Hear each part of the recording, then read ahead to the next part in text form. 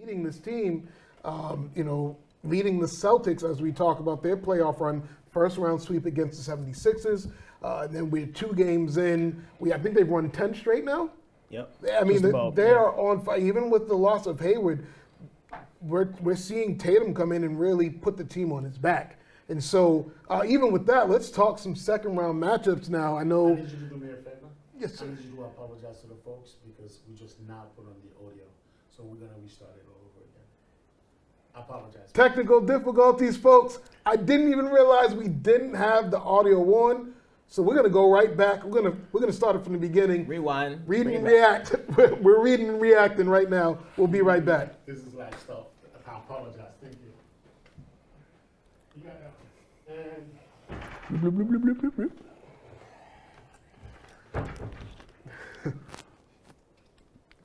Darkness is.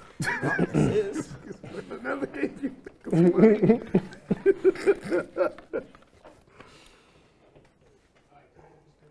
Okay, stand by.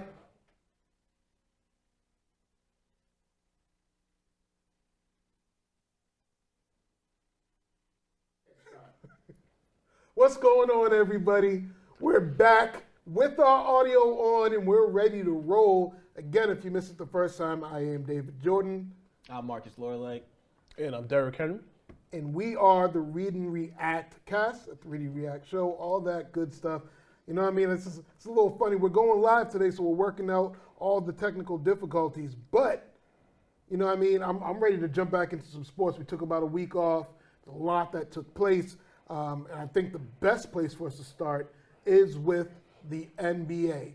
And so, with that being said, let's talk about some of these first round surprises.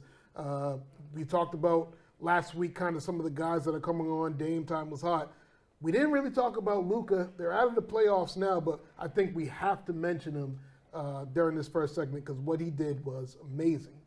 Yeah, I think we got a new face of the NBA and Luka Doncic. I mean, he was incredible. And just to think, all the numbers that he was putting up on a bad ankle, right? Nearly average a triple-double, doing stuff that we haven't seen since Jordan. The 40-point triple-double, the game buzzer winner in Game 4. It was it was amazing to see him obviously take that next step. Personally, I feel like if the Mavericks were completely healthy with Porzingis and he was 100% healthy, I think it would have definitely been at least a 7-game series and a potential for an upset first round. Of course. Yeah, and I'm a huge fan of Luka and everything that he did, and I thought that he played extremely well in the bubble, but unfortunately his team is not moving on. But one team, that is moving on is the Denver Nuggets, and we got to talk about Jamal Murray and how remarkable he's been. I think him and Donovan Mitchell have given us a show. Combined, they put up 475 points in 7 games. That's the most in NBA history. They surpassed Jerry West and John Havlicek. So we're talking about, records that have been held for a very, very long time, and we've had great players over the years, as we all know. So Donovan Mitchell averaging 36.2 points a game, shooting 53% from the floor, 51% from 3, 95% from the free throw line. He's the first player ever in postseason history to average 35, 50, 50, and 90 in those categories. I thought that their series was just back and forth. They were up 3-1, and then they were down. Right now they're out. So they were tied, and then they were out, I should say. But you saw Donovan Mitchell at the end of Game 7 just collapse because he had given it literally everything that he had, emotionally, mentally, physically, everything. It was just great basketball, great first-round series for sure. Yeah, and so I think as we take a step back and we think about these young guys who are coming into the league and kind of I guess they couldn't have put their own stamp on it. We talk about the 03 draft and LeBron James and Carmelo Anthony, Dwayne Wade, and as those guys are starting to walk away from the game, I know Carmelo, he came back, he had a great season in Portland. Hopefully he'll be able to come back again and he's found a home now. But LeBron's obviously still playing at a high level, but as a whole, that draft's starting to usher themselves away from the game, and we're looking at new faces of the league, these new superstars.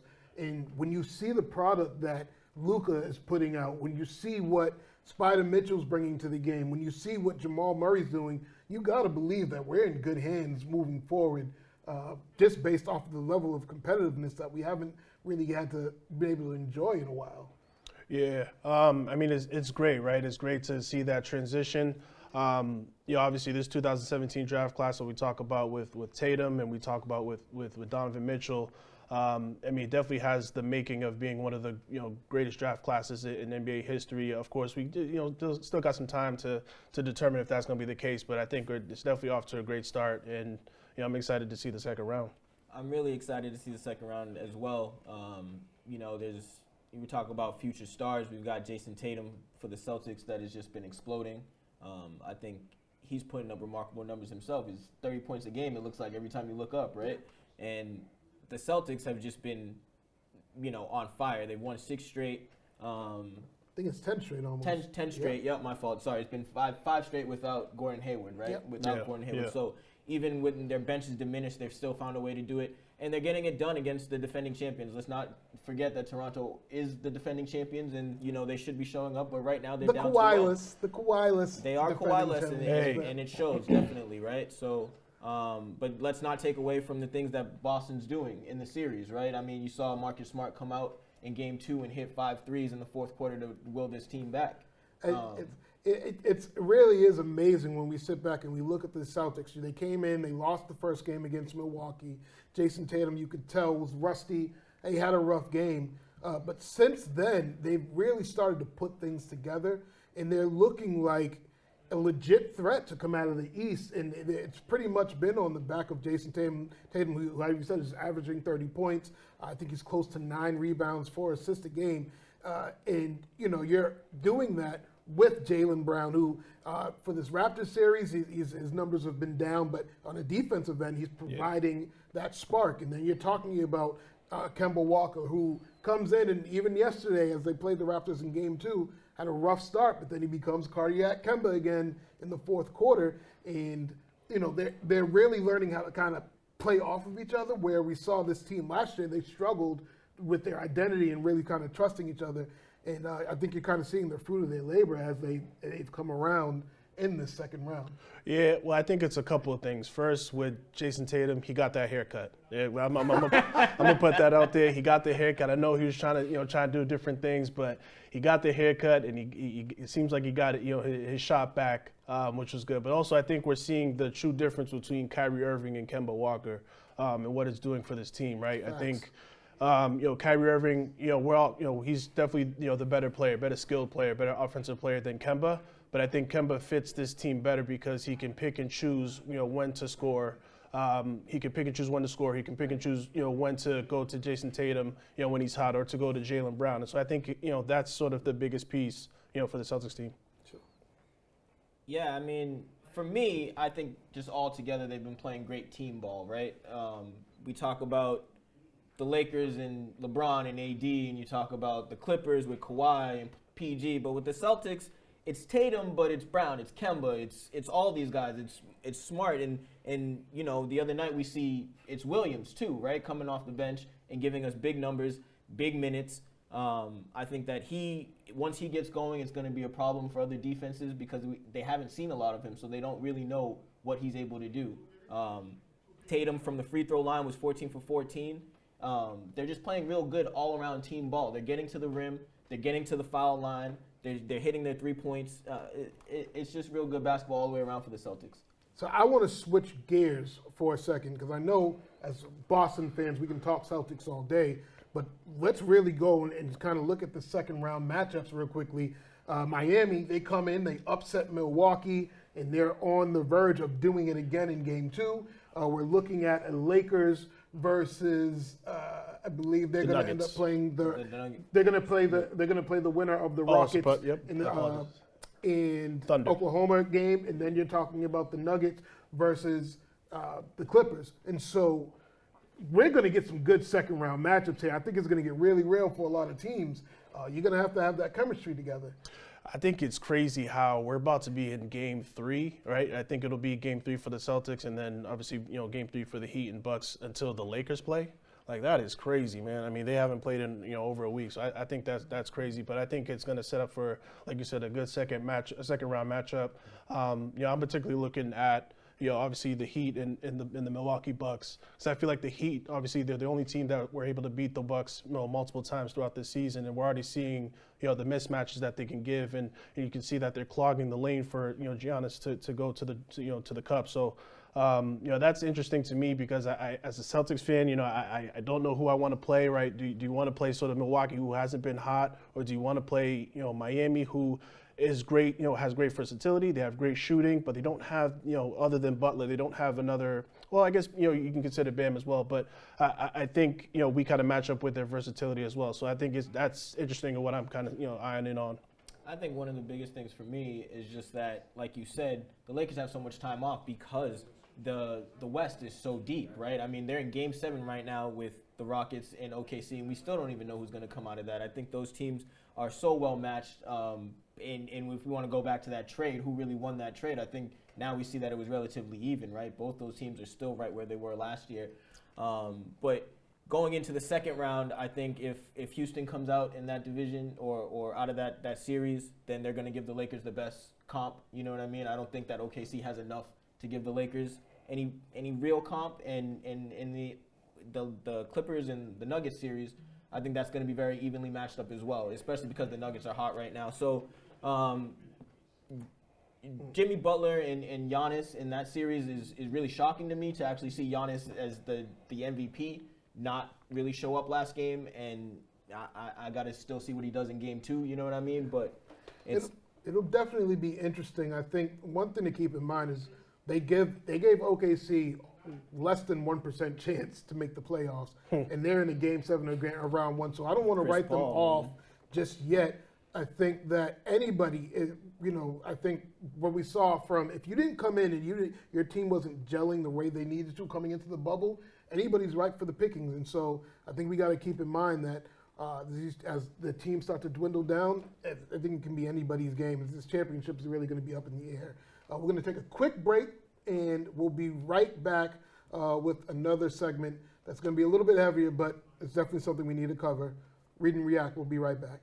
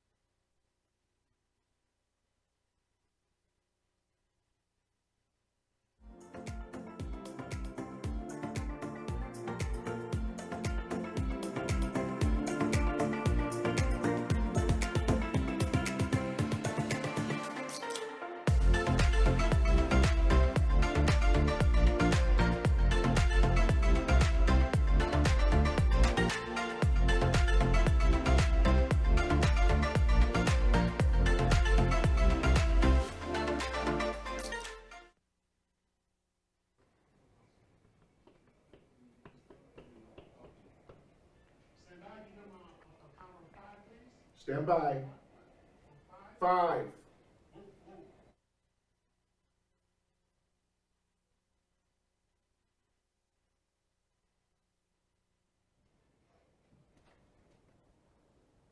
Welcome back, everybody. This is Read and React. So this segment, I don't even really know how to lead into this. I think that it's been a topic that has been addressed across sports for probably the last few months. It got heavy last week. We're going to talk about a little bit of social justice. I think where I struggle to really kind of voice my opinion, because I don't want things to get too heavy on the show. We want to be able to bring you guys sports. We want to bring you our opinions. We want you guys to enjoy it and to be able to laugh. But I think this is something that's really serious. There's an issue that's plaguing our country at the moment, and we kind of have to give you our opinions, but I hope that you really hear my heart and you understand exactly where we're coming from, especially as black and brown men in America. There's an issue at hand, and we definitely need to bring some change. And so as we saw last week, the NBA took a brief I guess you can say, They protested. Man. they protested. Protested. They protested. I want to say they took a break, but they took a protest in response to the Jacob Blake shooting, in which an unarmed black man was shot 7 times in the back by a police officer. And we're talking about in the middle of the playoffs, in the middle of them being, the NBA being in a bubble away from their families. And they took the time out to say, we've got to address these issues. It was something that they wanted to address coming in. You've seen the jerseys that they've had their social justice messages on them, but they felt like their voices really weren't being heard. So they chose to protest. And I just kind of want to get you guys' opinions on, what the protest meant to you and kind of where we're at as a country, as a people.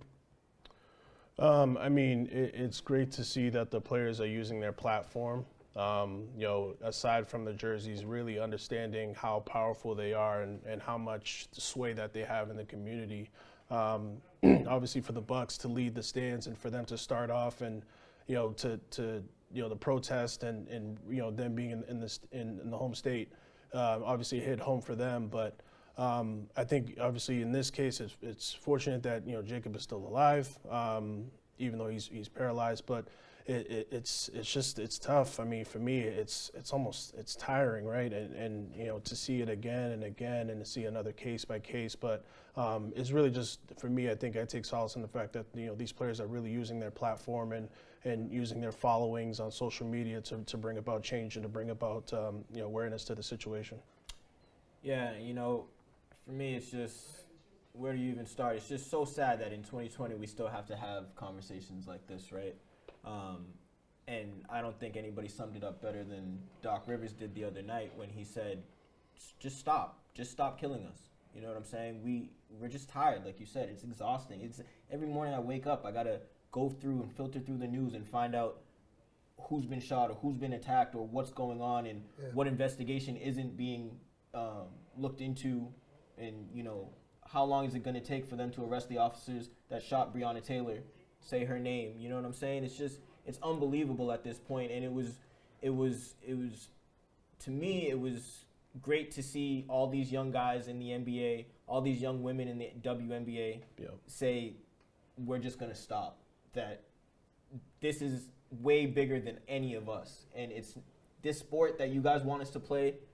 It's not important. None of making this money and being on TV, none of that stuff is important because there are way bigger issues going on. Because when we leave this court, we don't know if we're going to end up like a Jake Blake or a Breonna Taylor. You know what I mean? And the fact that even guys who are millionaires that have platforms have to feel that way is sad in America. Yeah. And I just want to give a shout out to the WNBA and just the way that they went about the protest. It just showed the camaraderie and that they were all together and very organized. And I thought they did an excellent job of showing their appreciation for the Jake Blake family. They don't get enough credit for the work that they're doing. Just from an athletics and basketball side, the WNBA does not get enough credit. From the social justice side, they definitely don't get enough credit. No. And we really have to start looking at the role that they're playing and making sure that our voices are being heard, that us as black and brown individuals, that they're just letting us know that we're valued. And I think that's the biggest thing. I know you touched on Doc Rivers and you gave us a quote. One of the biggest things he said to me was, he said, it's amazing that we keep loving this country and this country doesn't love us back. And I think that's the shared sentiment of us as black and brown people across America.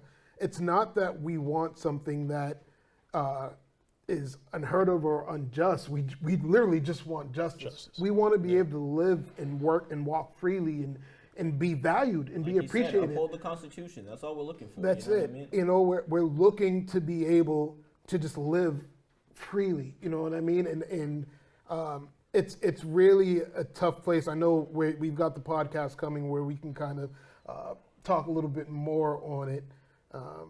and I know it's a little bit heavy, but I just want to give a shout out and just kind of and take a moment to all of the people who are watching, all the people who are listening, to let you know that you're loved, to let you know that you're appreciated. To the black and brown men, you know, we value you. I see your value to these young black kids who are growing up and watching things happening to them. This isn't the way that life's supposed to be. And we're going to do everything that we can in our power to make sure that this isn't the way that life is going to be for you. So again, we love you and we're praying for you.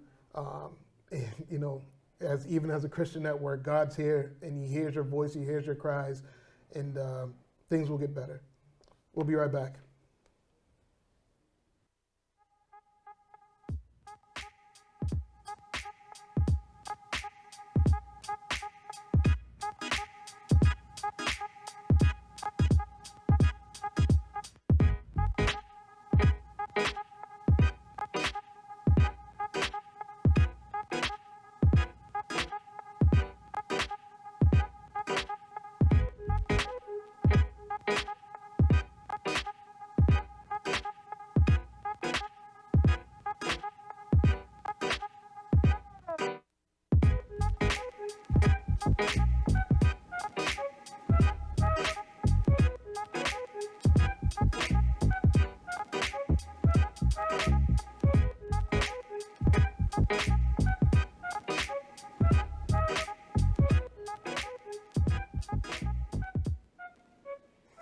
You're good to go.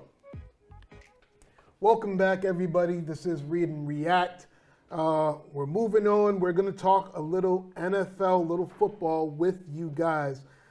We're literally just over a week away from the very first game of the season. We're just over a week away from seeing the reigning champions take on, I believe they're playing the Texans on the Thursday night game. And then we get into a full slate of games on that coming Sunday. So talk to me. What are your thoughts as we move on with the NFL? I'm excited for the Patriots, man. I know that with no Tom Brady, everybody's kind of been like, is Cam going to be, you know, the next great thing here in New England? Is he going to go back to the MVP Cam that we saw? But I'm just glad that there's going to be football back. I think that the AFC East is somewhere where the Patriots will always be able to compete, especially with the talent that's, you know, that they're going to be facing. The Jets have improved. The Bills have definitely improved, you know, getting someone like Stephon Diggs on the offensive side of the ball to go with their defense that's been, you know, top 3, top 4 over the last couple years.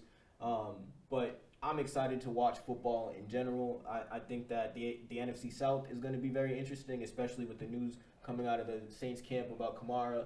And, you know, we're going to maybe see some movement there or maybe not. You know what I'm saying? But Brady, we're talking about maybe getting Leonard Fournette now, they're saying. That they're a big player in that. It's gonna be interesting, man. It's gonna be a lot of fun. I can't wait. What about you, Derek? Yeah, I think for me, the Patriots, I'm interested to see the weapons that they have, or maybe lack thereof. Recently with the news of Mohamed Sanu being cut, I'm interested to see who's going to step up. I know outside of Julian Edelman, who's going to step up. We're hearing different things. We're hearing, N'Keal Harry has had some good practices. He has had some okay practices. He's been inconsistent.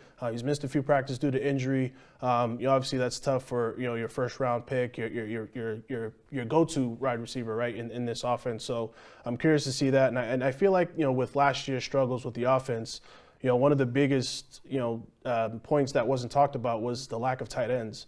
The tight end, I think, obviously for the last, 10 years or so, we've had really big contributions, whether it's from Gronk or Hernandez or even Martellus Bennett for a little while. And so we didn't get anywhere near, close to that production. So I'm curious to see these rookies in Asiasi from UCLA and Keene from Virginia Tech and see if they step up and really contribute in their first year. I mean, we look at Patriots as Patriots fans. I can speak and say I'm a Patriots fan. I don't know about everybody else, but yeah, we've been spoiled, man. Like we've been spoiled so much to where, we look at the playoffs and we're a lock to make the playoffs every year, almost pretty much a lock to make the AFC Championship. And then the Super Bowl, it's kind of like we'll see what we get when we get there. This is the first time, since 2001, 2002, where I don't know what's going to happen with this Patriots team. As a fan, I want to believe that we're still going to win the division. I believe in Belichick. I believe that he's going to get some great stuff out of Cam. But I also know that, we lost a lot between free agency moving and then people opting out for COVID. We're going to rely heavily on rookie players to come in a league where they didn't get to have any preseason games. Their first football action is going to come in game one, and we know that speed adjusting from that, from high school to collegiate to the NFL, that's a difference maker. And so now we've got to consider guys, at the linebacker spot. We're talking about, young guys coming in and playing wide receivers. We couldn't get any separation at wide receiver last season, and that kind of did us in during the playoffs. We didn't sign anybody that really made a difference. I mean, I guess there's Damiere Byrd coming in, and I'm hoping he can. But, we just found out they cut Mohamed Sanu. That was a second round pick that we had. So, it's kind of tossed up in the air as far as what we're going to get from Belichick. And it's exciting. It's going to be weird not seeing Tom here. But, I guess it's a part of the business. Well, I think with that, one of the biggest things, like you said, was we're spoiled. And why are we spoiled here in New England? It's because we've got a culture of winning here. And with that culture, it puts a lot of pressure on the players. Now, I know they block out the noise there down in New England, but all players feel pressure at some point, right? So now this year you're talking no fans at the games. You're talking no expectations from the fans, no real expectations from the fans.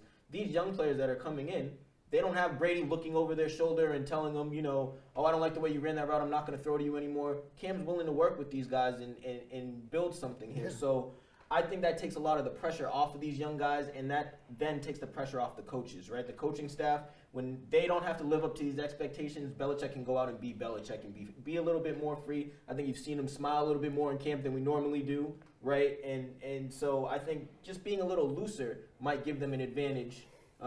Making Subway commercials. Exactly. Since when does Belichick make a commercial? So I'm surprised he didn't put his dog in there. But for this Patriots team, with the leadership from Edelman on the offensive side of the ball, I think the receiving core is, as much as it's kind of in flux and we don't really know what to expect. I think with him at the helm, I have faith in them and for all of them to get on the same page as him with Cam.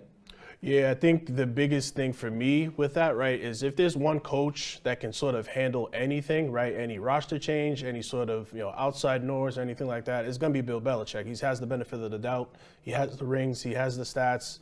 We can go on and on. But I think what's going to be interesting is, Belichick preaches situational football, right? How many timeouts you have left? What down is it? Things like that. This is a new situation, right? There's not going to be there's no crowd. There's no crowd noise or anything like that. And so there's no, false starts or anything like that. And so it's going to be key. I think this is going to be a real test. Exactly. So I think, this is going to be interesting to see, how he coaches up this situation because, again, we've never seen this situation before. So this is going to be the biggest takeaway for me. Yeah, and so, again, it's something that's not just going to plague the Patriots. Around the league, everybody's going to have to make an adjustment. And I think that you're going to start to see this might be an opportunity for rookie players to really make a little bit more of an impact because it takes away a lot of the elements of the game that can be a distraction. That can't, we talk about home field advantage all the time. What happens when you go into a stadium and there's no fans to throw you off your game? You're talking about having to listen to a decibel level of crowd noise. But you get to kind of get into your element. It's just, hey, it's me and you. Unless you're in Indy, then they'll be pumping it in. It's just the it's a game of inches. It goes back to being a game of inches and who's going to be prepared the best week. And as we know, the Patriots are one of the best teams to prepare. Whether you believe they're preparing illegally or not, they prepare well. We don't talk about that around here. I do want to touch on a few things because there's roster cutdowns are coming, I believe tomorrow. The 53-man roster. If it's not tomorrow, it's by Friday, I believe. The 53-man roster has to be put in. We've seen some teams moving on for some major players. As we saw, Leonard Fournette just got cut. I just got an update on my watch that he is planning to sign with the Tampa Bay Buccaneers and Tom Brady. And so now you're looking at an offense with a plethora. Thank you. So the Buccaneers are coming, and they just got another weapon to go with the greatest quarterback of all time. Like it's honestly, it's sickening at this point, but it's also kind of fun to watch. Like they're becoming, he's becoming Darth Vader. You know, they're becoming those guys you love to hate. I hope this doesn't get into, I hope this doesn't get too hyped, because I remember when the Eagles, when they got their picks, when they had, oh man, I'm blanking on the quarterback, but they had LaShawn McCoy, they had Jeremy Maclin, they brought in Vince Young as a backup. Michael Vick, they had Michael Vick, and I remember that was just the talk of the town. The Eagles are going to come out and be explosive. You know what I mean? And we saw how that happened. But, they had some success before, but I just hope this doesn't get too hyped, right? Like, we got Mike Evans, you have Chris Godwin, Gronk, obviously O.J. Howard is still there, and obviously you got McCoy and now Leonard Fournette. Man, Tom Brady, if there was any other pressure that you had, or you didn't feel before, you're going to feel it now, because you definitely have the weapons that you didn't have last year. So you definitely got to produce this year. I got to plug this. Tom Brady doesn't feel pressure because he has pliability. You know what I mean? He's pliable. TB12 method. This is insane that you're getting a running back that at this point, he's gonna have, the field's gonna be so open because there's so many options and so many weapons. You think about the lanes that are gonna open up. It's gonna come down to their offensive line, and I don't think we talk offensive line enough.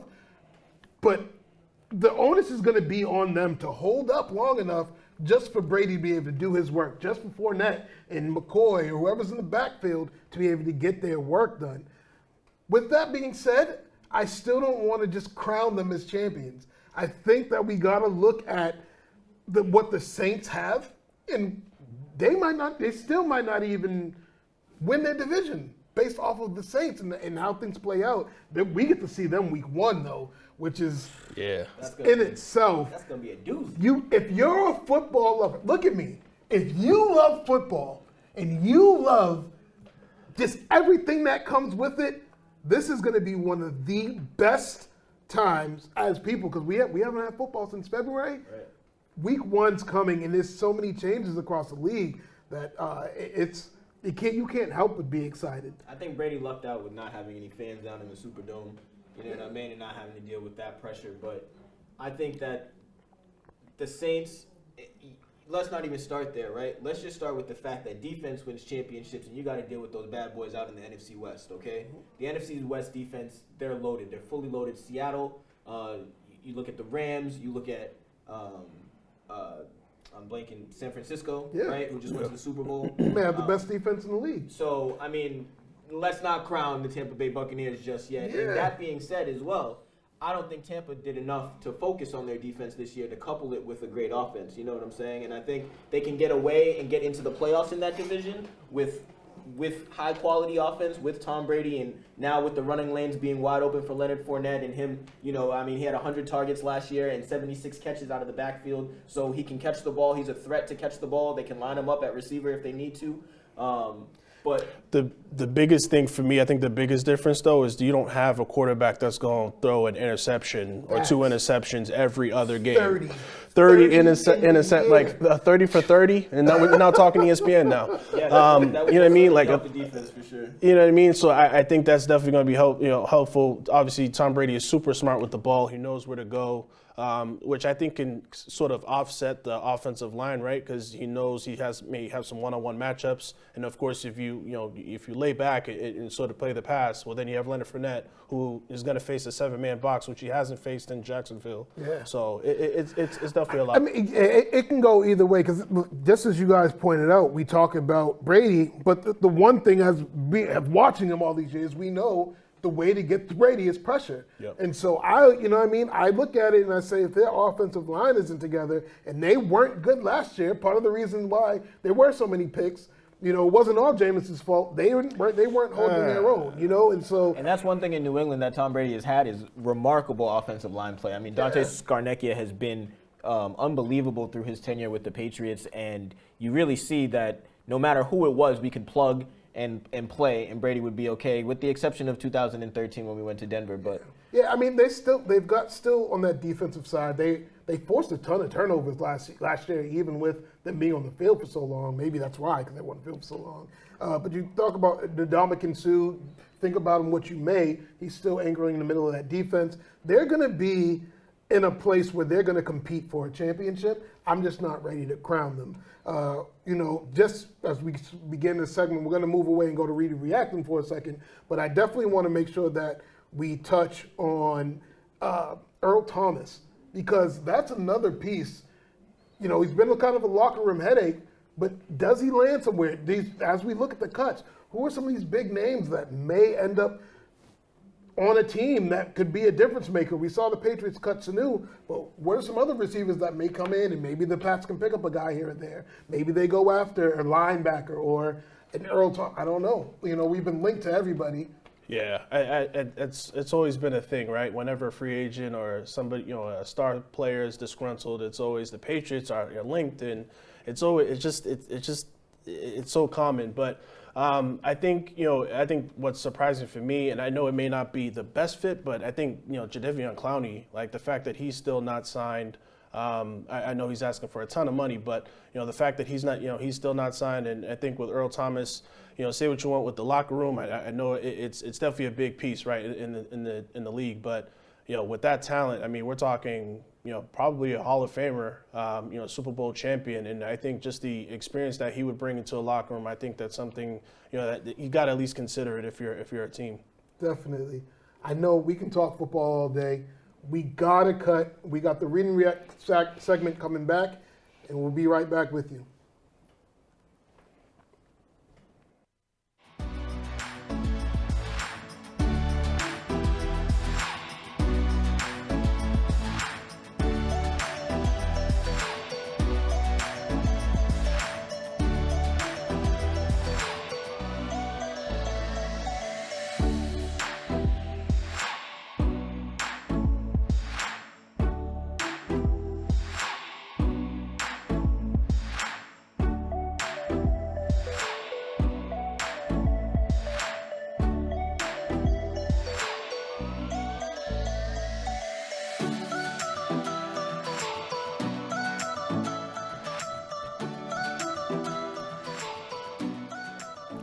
All right, everyone, we're back. This is the Read and React segment of Read and React. We went over this about a week and a half ago.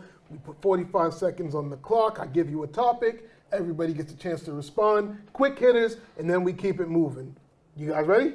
Let's do it. Let's rock. Here we go. First question.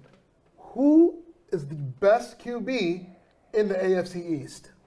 Oh, man, I got to go with my main man, Cam Newton, Superman. I think even 80% of what you get of Cam, or even if you get 8% of 2015 MVP Cam is better than any of the any of the quarterbacks in that division. So for me, maybe a homer pick, but I definitely got to go with Cam Newton. I mean, we're talking Fitzmagic down in Miami. We're talking Josh Allen in Buffalo, Sam Darnold and Cam Newton, right? Out of that, I'm taking Cam every time. I'm sorry. There's no question. It's a no-brainer. I mean, Fitzmagic is always a lot of fun with him when he gets excited, but I'm going with Cam. He's got to prove to me that he's still not the MVP. Yeah, I want to say Cam. I want to go in. I want to be a homer. But right now, we haven't seen Cam play much in the past 2 seasons. We don't know what we're going to get. We're talking, they haven't even named him as the starting QB just yet. And so I think my safe pick right now, until we see what we're actually getting from Cam Newton, I think you got to go up to Buffalo. You got to see Josh Allen. I think he's progressed in each of the seasons that he's played. There's definitely some room for improvement last year, but you think about the addition of Stephon Diggs. You think about them just kind of that growth even in their playoff loss. Right now, that position with Tom Brady vacating it's up in the air, and I think it's Josh Allen's for the taking at the moment. We're going to go to question 2. We're going tennis. We're talking about the GOAT, Serena Williams. Does she win the U.S. Open? I think she's definitely poised. She's definitely the favorite to win. Obviously her serve is still one of top-notch Again, like you mentioned, she's the GOAT, but I got to go with Naomi Osaka. Just mainly, she's a fellow Haitian. Shout out to my Zoes. But, I think she's just an up-and-coming star, and she's already beat Serena Williams before, so I'm going to go with the dark horse pick, if you will.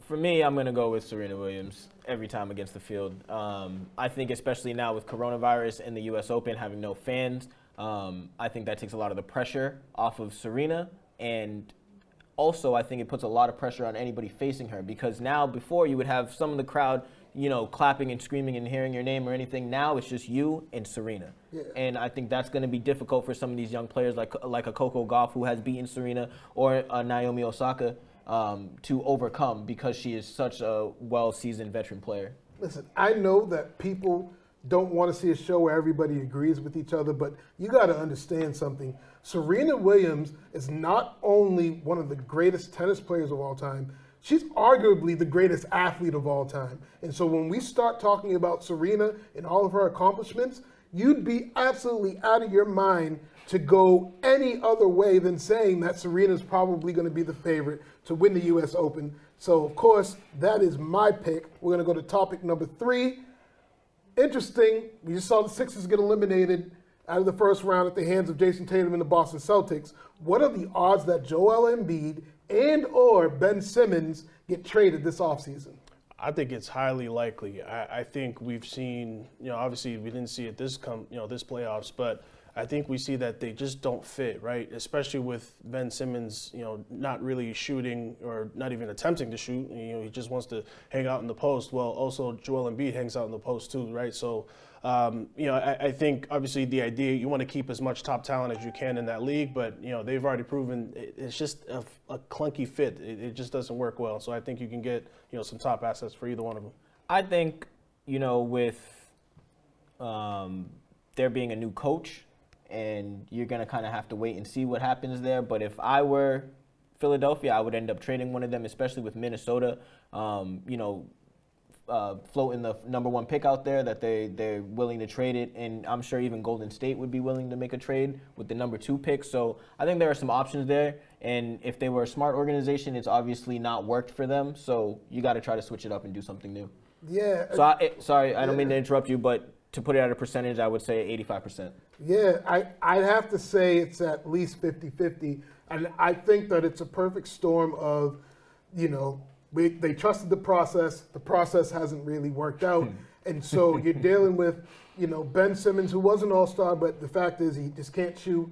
And you're dealing with a center in Joel Embiid, who in a league where centers are starting to become a little obsolete, they've gotten some big men that come around, but it's just you have to have the right pieces. And I think that we look at their fallings, and then we look at the other teams around it. We see Golden State that has a high draft pick. They've got assets that they can move. I think they're just right for the picking. I end up seeing most likely either Ben Simmons or Joel Embiid. I'd probably say at this point it's going to be Ben Simmons before Joel Embiid, but one of them does get moved this offseason. Last question. Oh, I was a little bit unprepared for this one. Here we go. Do the Red Sox make a comeback next season? So when we say comeback, are we talking a little bit better than what they're doing now? Because I think, it doesn't take a lot to improve of what they're showing this season. But you would hope that, with Chris Sale, hopefully he comes back, hopefully he's healthy, and hopefully he can justify that big contract. You still have your players, you still have your young core in Rafael Devers and Bogarts.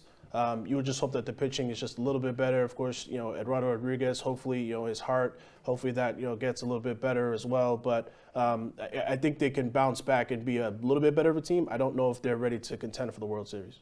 I'm going to say no. This team is not going to make a comeback next season. There's not a whole lot of pitching available, free agent-wise.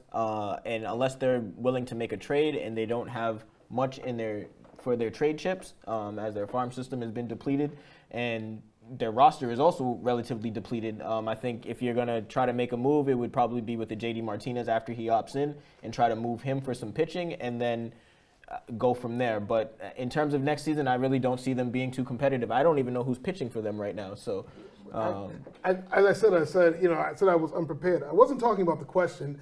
I was talking about stats in what the Red Sox have to offer. It's because I couldn't find anything. They have nothing to give us. They have no options. They've gotten rid of their best players.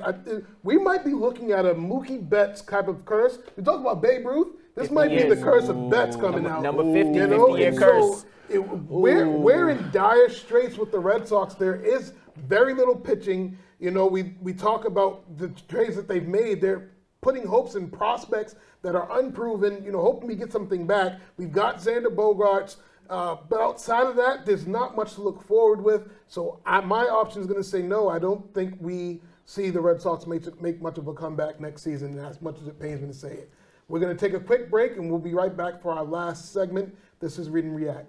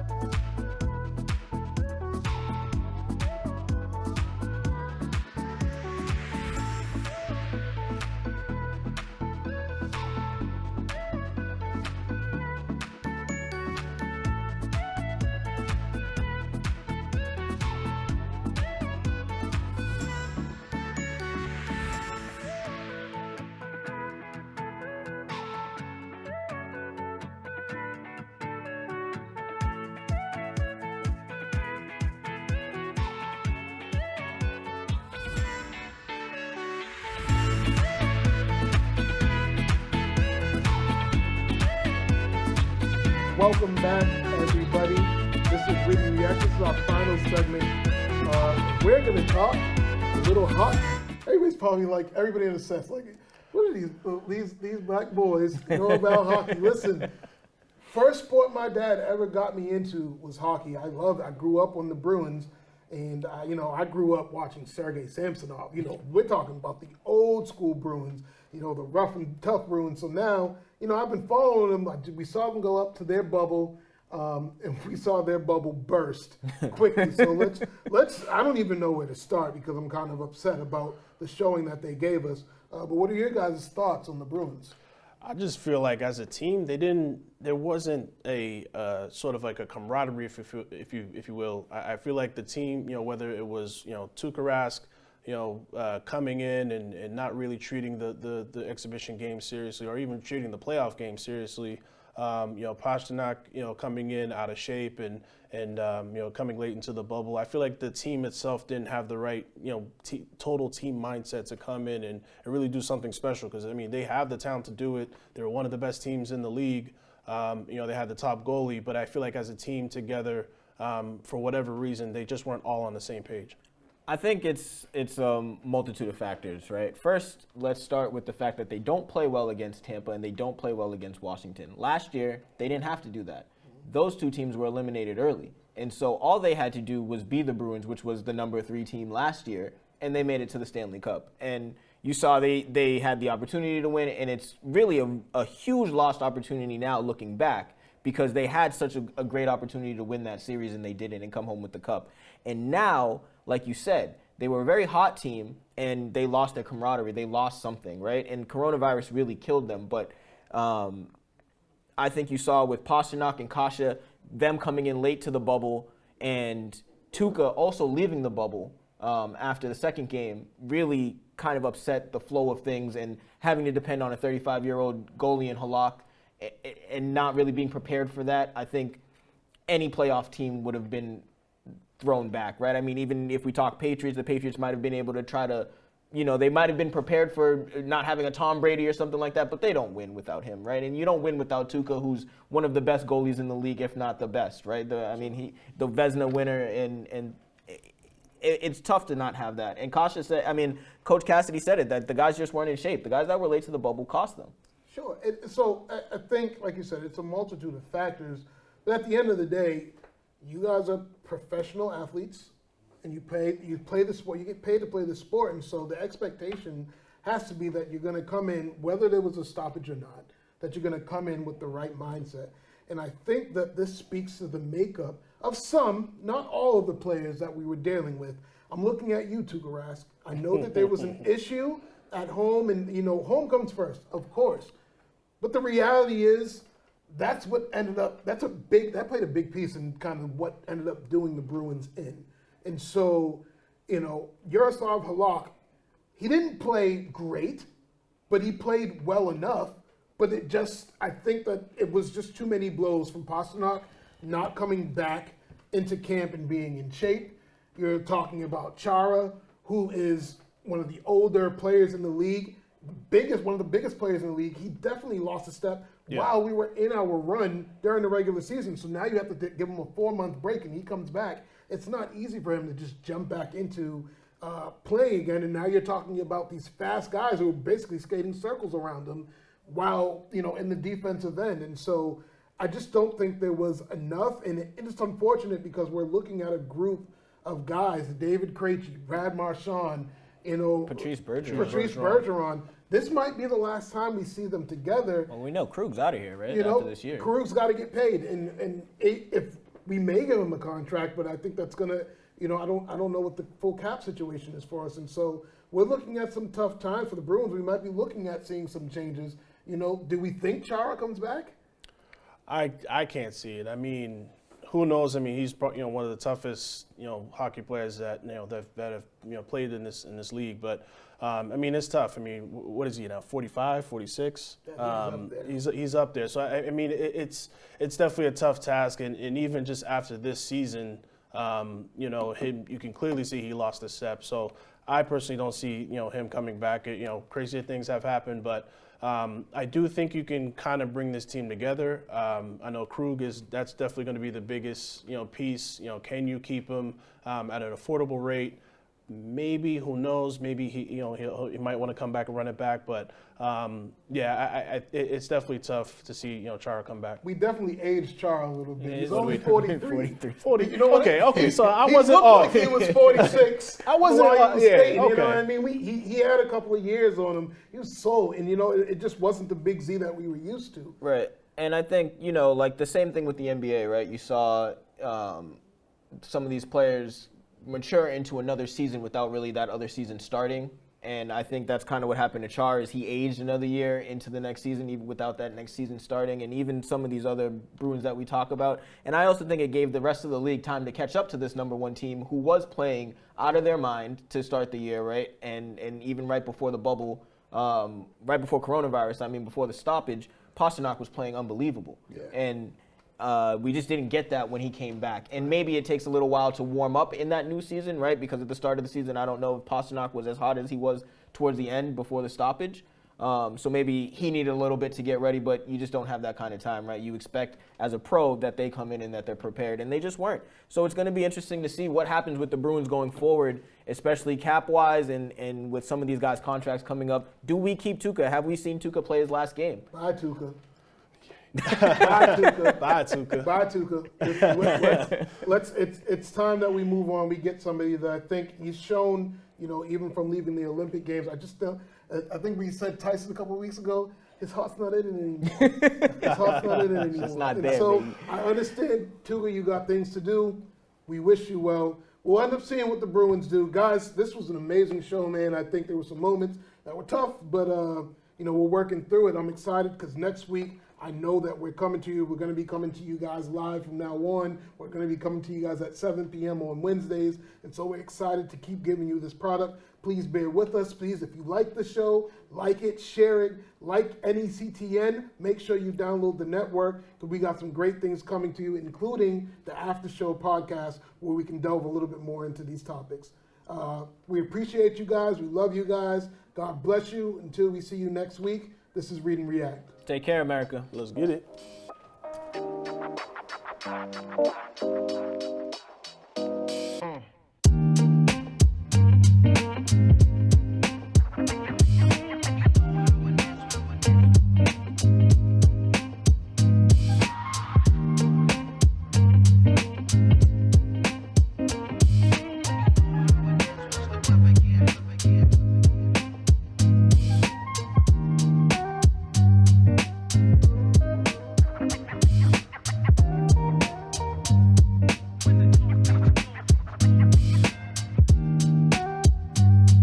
Peace.